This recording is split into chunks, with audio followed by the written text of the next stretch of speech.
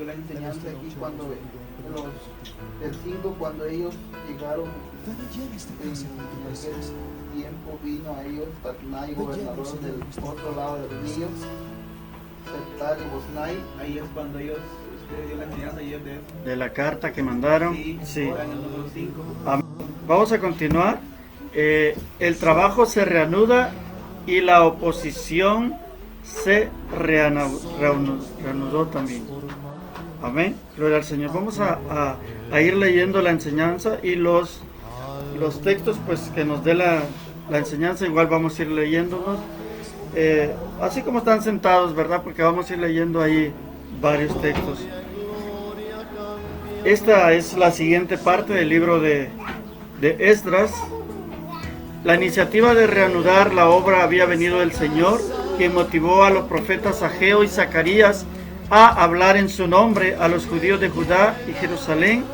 La profecía de Ageo está registrada en el libro que lleva su nombre, que comienza: en el segundo año del rey Darío, el primer día del mes, vino la palabra del Señor al profeta Ageo, a Zorobabel, hijo de Salatiel, gobernador de Judá.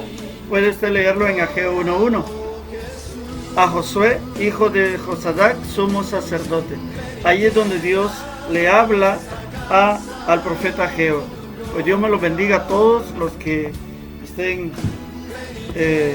siendo parte de esta enseñanza del libro de Esdras. Es hermoso estudiar la palabra del Señor y más hermoso aún estar en este día que el Señor ha consagrado como día de reposo.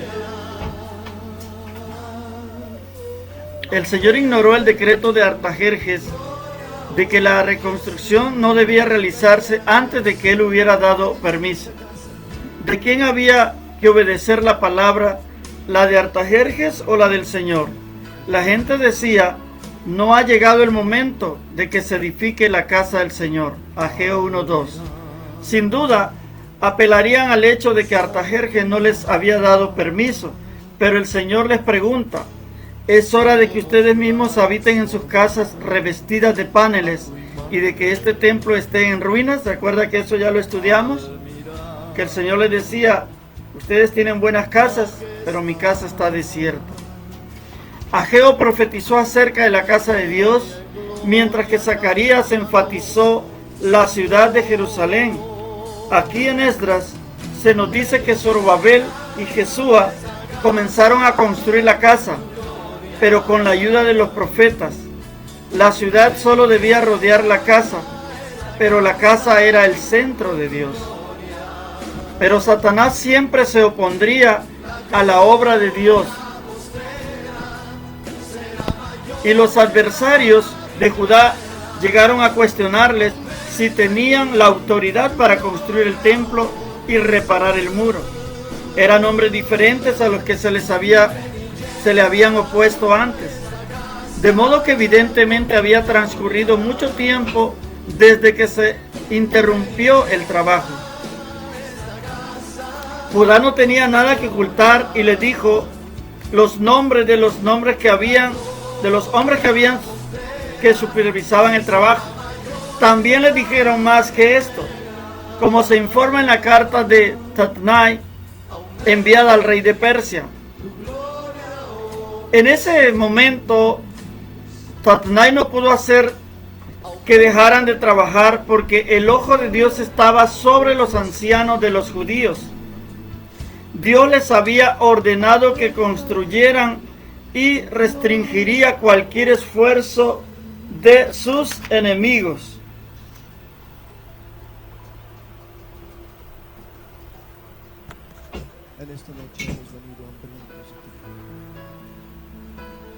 Carta a Darío. Tatnai escribió una carta al rey Darío, la carta que leímos ayer, no en la misma tensión hostil que Rehum y sus compañeros le habían escrito a Artajerjes en el capítulo 4, en el verso 12 al 16, sino simplemente preguntando por la verdad de lo que los judíos le habían dicho. El mensaje fue enviado por el gobernador de la región más allá del río, Tatnai, Setar-Boznai y sus compañeros, los persas más allá del río. Estos eran por tanto persas, no los hombres del cautiverio, como en el capítulo 4.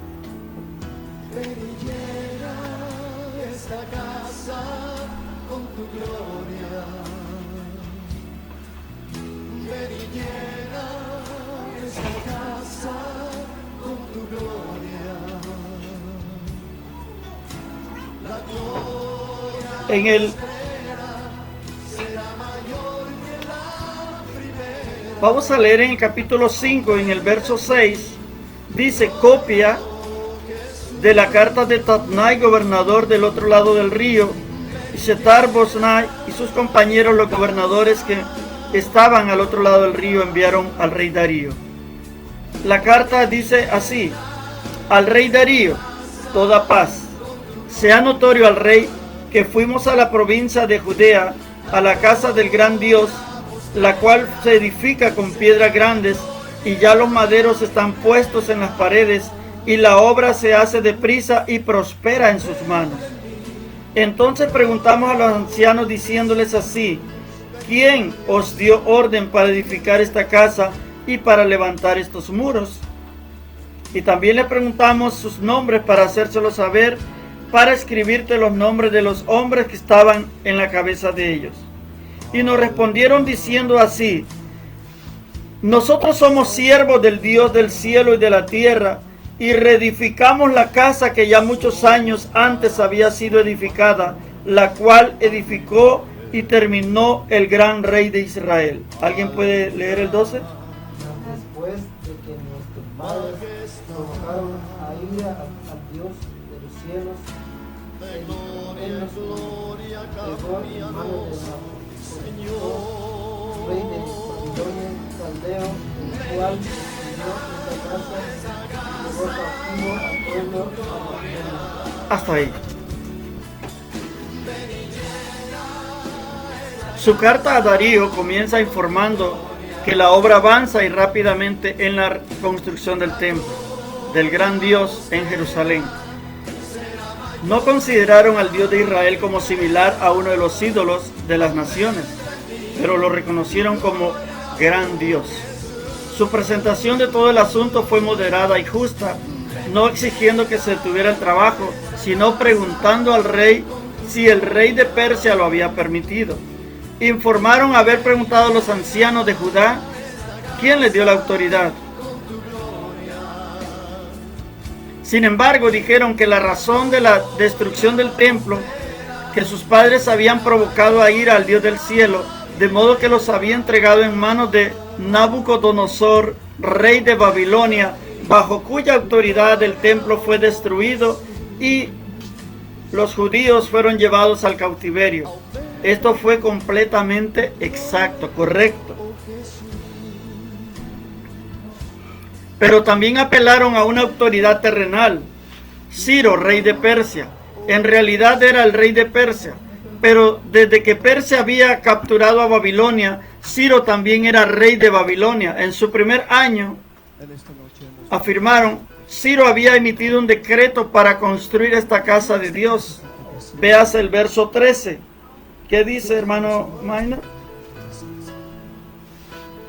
Pero en el año primero de Ciro, rey de Babilonia, es mismo rey Ciro dio orden para que esta casa de Dios fuese reedificada. Amén.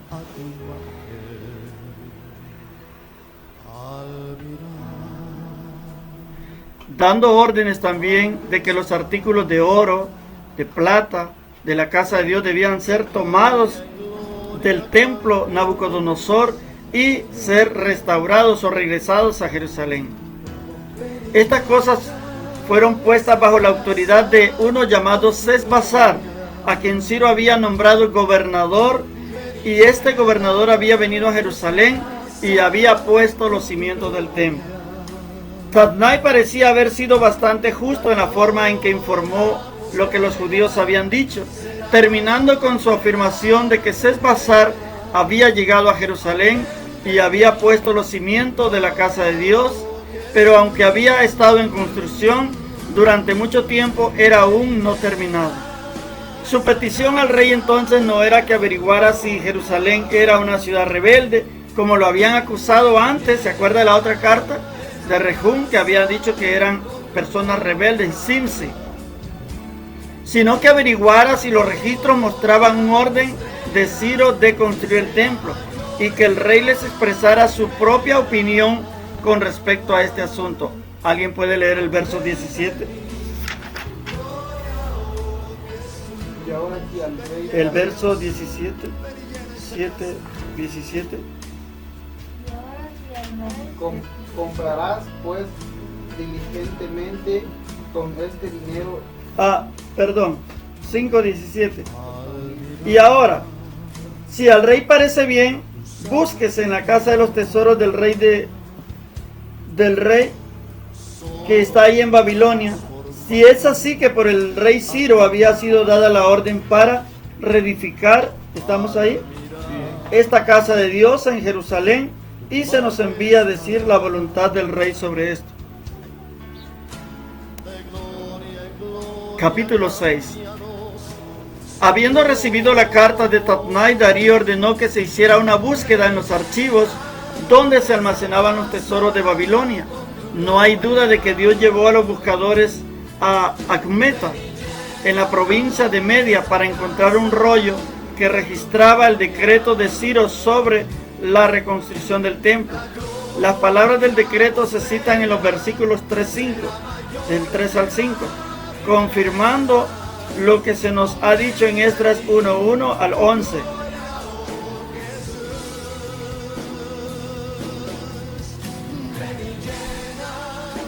El libro de memoria dice así, capítulo 6, verso 3. En el año primero, ¿estamos ahí? En el año primero del rey Ciro, el mismo rey Ciro dio orden acerca de la casa de Dios, la cual estaba en Jerusalén, para que fuese la casa reedificada como lugar para ofrecer sacrificios, y que sus paredes fuesen firmes, su altura de 60 codos y de 60 codos su anchura.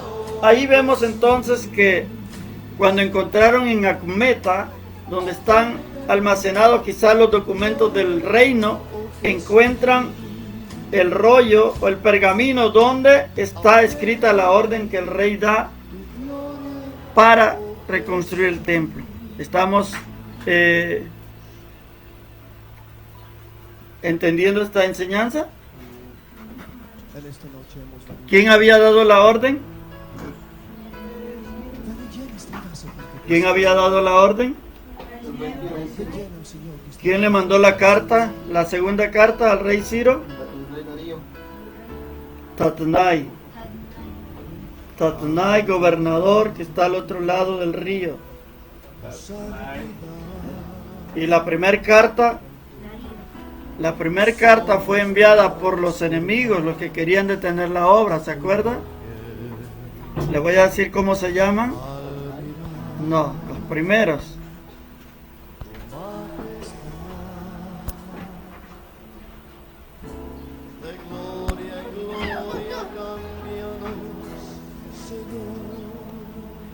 Rehum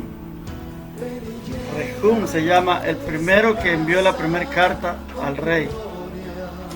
Y la segunda carta la envía Tatnai. En la primera carta la idea de ellos y del enemigo era detener la obra, ¿verdad? En la segunda, ¿cuál era el objetivo? En la segunda carta, ¿cuál es el objetivo que tiene Tatnai al enviar esa carta al rey? El objetivo, se lo digo, el objetivo era nada más saber si el rey había dado la orden.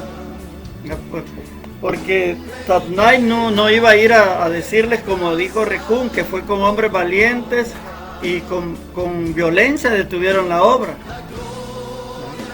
Pero este segundo hombre, el gobernador Tatnai, su objetivo es saber, conocer que si se dio el decreto.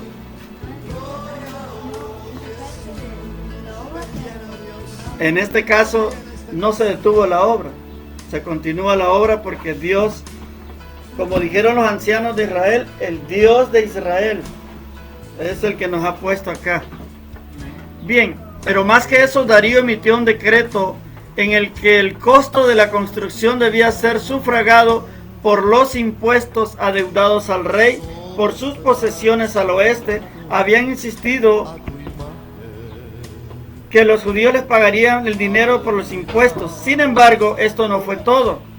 Cualquier necesidad que tuvieran los judíos, toros, carneros y corderos para holocaustos, trigo, sal, vino y aceite, debían ser entregados a petición de los sacerdotes de Jerusalén, no solo en una ocasión, sino día a día. Es interesante que Darío deseara que los judíos ofrecieran sacrificios al Dios del cielo y oraran por la vida del rey y sus hijos. ¿No parece esto ser una verdadera obra en Dios? Amén. En el alma del rey, dice la pregunta. Sí. Y qué hermoso que el rey diga, oren por mí. Qué hermoso que el rey le diga a los israelitas, pidan por mis hijos. Ahí se sabe, ¿no?, que la oración del justo puede mucho. Tiene mucho valor la oración del justo. Pero ahora Dios está poniendo, a través de la respuesta del rey, que Dios está levantando, Dios está poniendo algo para aquellos que se vuelvan a levantar contra su pueblo. En la lectura que hicieron los niños, ¿se acuerda?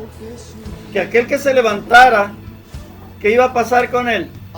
Si ustedes le pusieron cuidado a la lectura que hicieron los niños, el que se levantara se iba a arrancar un madero de su casa y ahí lo iban a colgar. Ya no iba a pasar como la vez pasada de Rejún, que mandó la carta. Entonces el rey pues le respondió quizá a la ligera, y pues ya donde vieron la respuesta se fueron a detener al pueblo que estaba construyendo. Sin embargo, hoy viene ya castigo para aquel que se levante. Darío evidentemente pensó que también era necesario decretar solemnemente que cualquiera que buscara alterar su edicto debía destruir su casa y colgarlo él mismo de la madera de su casa. ¿Puede leer alguien el verso 11?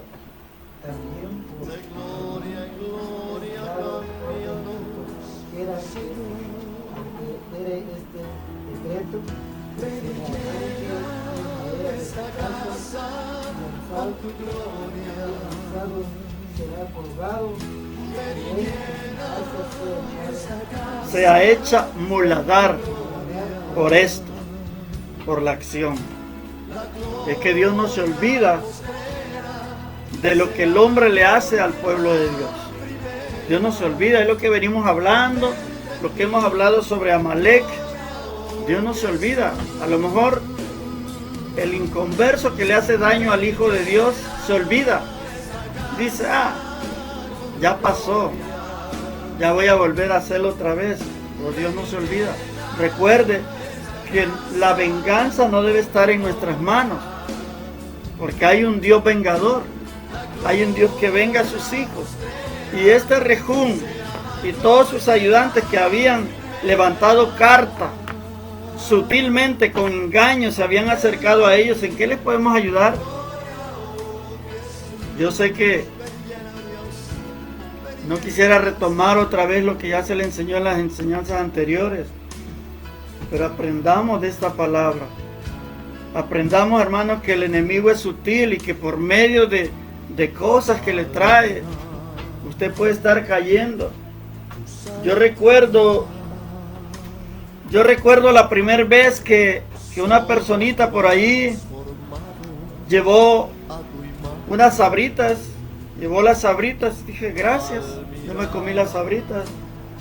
Al siguiente día llegó una leche de cartón y dije gracias, qué bendición. Pero con los días continuos empecé a ver que él ya no llevaba de su trabajo unas 2 cajitas de leche.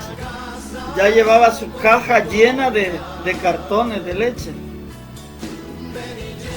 Cuando yo le pregunté la primera vez, me dijo, es que me lo regalan. Bueno, yo dije, bueno, dime qué empresa es porque me gustaría trabajar ahí. Veo que te están regalando mucho. ¿Qué le transmito en esta tarde? Sea inteligente, seamos inteligentes, porque Dios nos ha dado la inteligencia. De repente ya no era una soda de 600, era ¿cómo le llaman? Un six pack o algo, ¿no? A una charola. Creo que le llaman six pack a lo que es de plástico, está rodeado de plástico. De las sodas de lata, ya no eran 2 latitas, eran 2 charolas de soda de lata. Digo, pero ¿qué empresa es esta? ¿Se están venciendo los productos y te los regalan? No, hasta que llegó un momento que la empresa checó las cámaras y dijo, o te vas o llamamos a la autoridad y le enseñamos las cámaras. Pues tuvo que renunciar. No le estaban regalando. Ni la primer soda que llevó no se la estaban regalando. Ni los cartones de leche se lo estaban regalando, ni las sabritas. Y yo comí sabritas de esas. Yo comí. Pero cuando yo miré que eran muchas, y le dije, ¿sabes qué? Gracias, pero no. No, pues que a mí me lo dan. Sí, no, está bien, no te preocupes, pero yo no te puedo agarrar. Porque uno tiene que ver, que ser inteligente. ¿De dónde están trayendo? Ah, es que te traje estos tornillos, hermana. Ahí te va 1 kilo de tornillos. Me los regalaron. La fábrica no le va a regalar 1 kilo de tornillos. Tenga cuidado.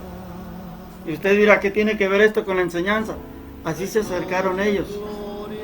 Rejún con su gente, así se acercó. Simuladamente. ¿En qué les podemos ayudar? Miren, aquí les traemos estos clavos, este martillo para que trabajemos juntos.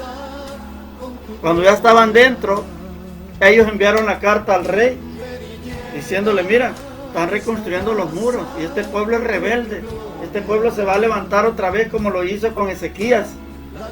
Ya ve que Ezequías sí se rebeló contra Nabucodonosor, pero por eso Dios también permitió que lo castigaran. Pero bajo ese engaño se metieron ellos. Así como se metieron ellos, así en nuestras vidas se pueden estar metiendo personas sutilezmente. Te traje esto, hermano. Amén, en todos lados.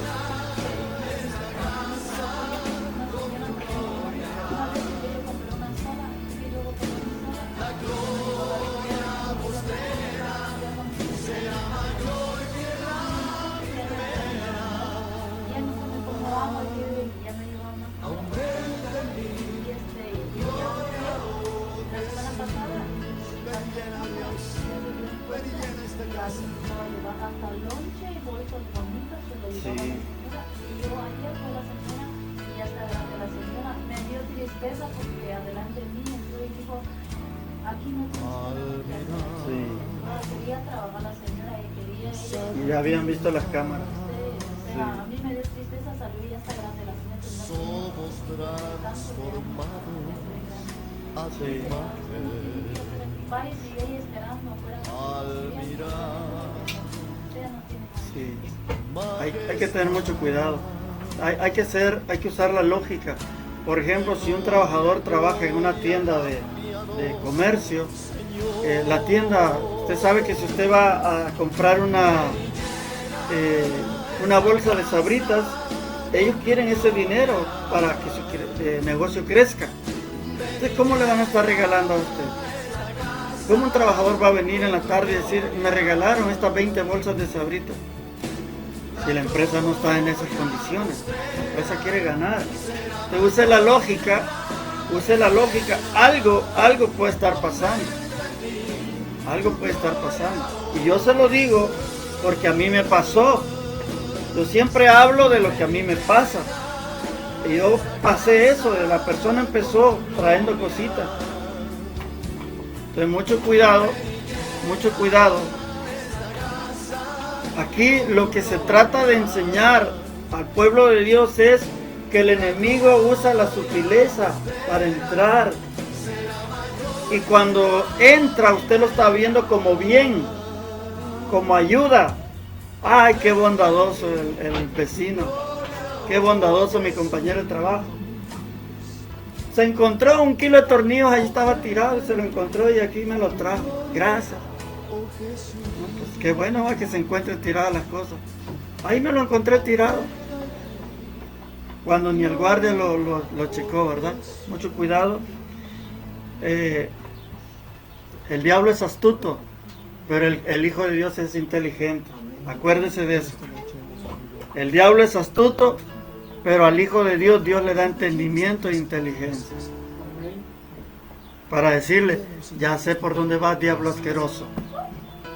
Ya sé por dónde vienes. Amén.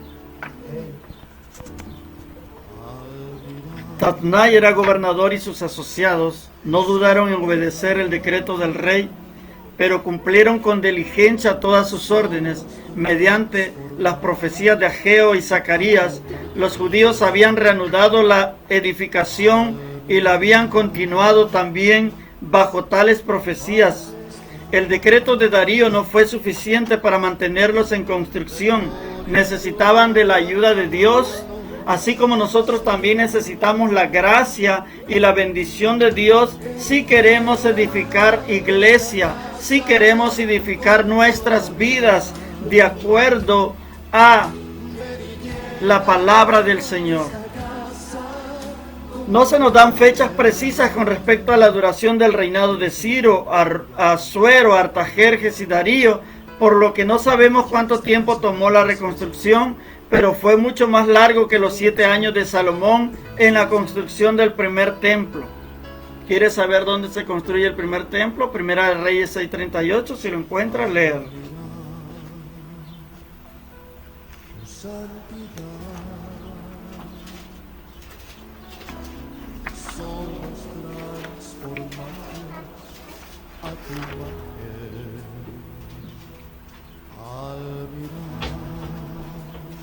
Y en el 10º año, en el mes de Bul, que es el mes octavo, fue acabada la casa con todas sus dependencias y con todo lo necesario. La edificó pues en 7 años. ¿Dónde dice? Primera de Reyes 6:38, ahí nos dice que Salomón terminó la casa de Dios. Finalmente se completó en el año 6º del rey Darío. Así fue honrado en la restauración de su casa Dios, que es típica de la eventual restauración del templo en el milenio, como se describe en Ezequiel 40.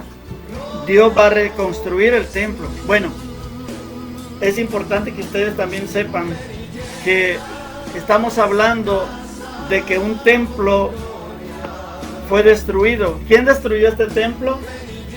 Nabucodonosor, por la rebelión del pueblo de Israel contra él. Dios le había dicho a los reyes que no se rebelaran contra el rey grande, pero ellos no hicieron caso a Dios. Dijeron, no, pues vamos a defender la tierra. Le creyeron más a sus fuerzas que a Dios. Entonces Dios permitió que el imperio entrara y destruyera casi toda la ciudad y destruyera el templo. Bueno, cuando está Jesús, Jesús también dice que este templo será derribado, será hecho piedras, y se cumple cuando el imperio romano entra y destruye la ciudad y destruye el templo. Actualmente solo hay un muro donde los judíos van a orar y van a derramar sus lágrimas allá a ese lugar. Y viene un día en que este templo también va a ser reconstruido. Lo dice la palabra. La pregunta, ¿se cumple la palabra? Esta reconstrucción de la cual hoy estamos hablando, ordenada por Dios a través del rey, se cumple y se había profetizado en los libros de Ageo, Zacarías, y Dios lo cumple. Hoy Dios está profetizando, o encontramos profecías en el libro de Ezequiel 40, que Dios va a reconstruir este templo. No sabemos cuándo, en qué año, si el año siguiente. Lo que yo he indagado es que ya tienen planos para hacer y tienen fondos también para empezar a reconstruir el templo. En cualquier momento se va a empezar a reconstruir este templo y va a ser rápido la construcción, porque recuerde que hoy hay muchas máquinas modernas que ayudan a que un edificio se construya. Una fábrica la construyen quizás en menos de un año y más si hay fondos. Entonces este templo va a ser quizás rápido la construcción, también porque el Señor está acortando los días. ¿Para qué? Para que la iglesia sea salva, porque si los días no fuesen acortados, muchos se perderían. ¿Por qué? Porque van a venir la tribulación y va a venir la gran tribulación, donde los hombres, como ya hemos estudiado en los libros anteriores, van a maldecir el nombre de Dios. ¿Dice la Biblia que se van a arrepentir? No. Entonces no le extraña a usted que muchos de sus vecinos no quieran nada de Dios. No le extrañe. No le extrañe que parte de su familia no quiera buscar la presencia de Dios, aunque vean las maravillas de Dios en su vida, aunque vean que Dios lo ha sanado, aunque vean que Dios lo ha libertado. Para ellos no es nada. No le extrañe. No le extrañe, porque la Biblia dice que van a maldecir a Dios. Está escrita la palabra. Por eso es que usted no pierda su tiempo acariciando al impío. No pierda su tiempo acariciando al incrédulo, diciendo, ay, que Dios tendrá misericordia. Ya le habló la palabra. Vaya a otro hogar. Jesús dice, no me puedo detener acá, mi ministerio tiene que continuar. Hay un joven que está cerca de él y dice, Señor, pues todo lo que tú me dices, eso que tú me dices ya lo sé. ¿Cuántas personas no dicen eso? Lo que está predicando el predicador ya lo sé yo. ¿Pero lo vives? ¿Quieres hacer la voluntad de Dios? No quieres hacerla. El joven dijo, Señor, eso que estás diciendo ya lo sé, ya lo he guardado yo. De hecho lo guardo desde niño. Pero Jesús le dice, ¿qué pasa? ¿Te falta algo? Quizás este varón se había hecho altivo con sus riquezas, se había hecho orgulloso con sus riquezas y posesiones. Jesús le dice, vende todo lo que tiene y dalo a los pobres y sígueme. ¿Causaron alegría o tristeza aquellas palabras de Jesús? Tristeza, se fue triste. Por eso le digo, no le sorprenda que a su contorno no quieran servir a Dios.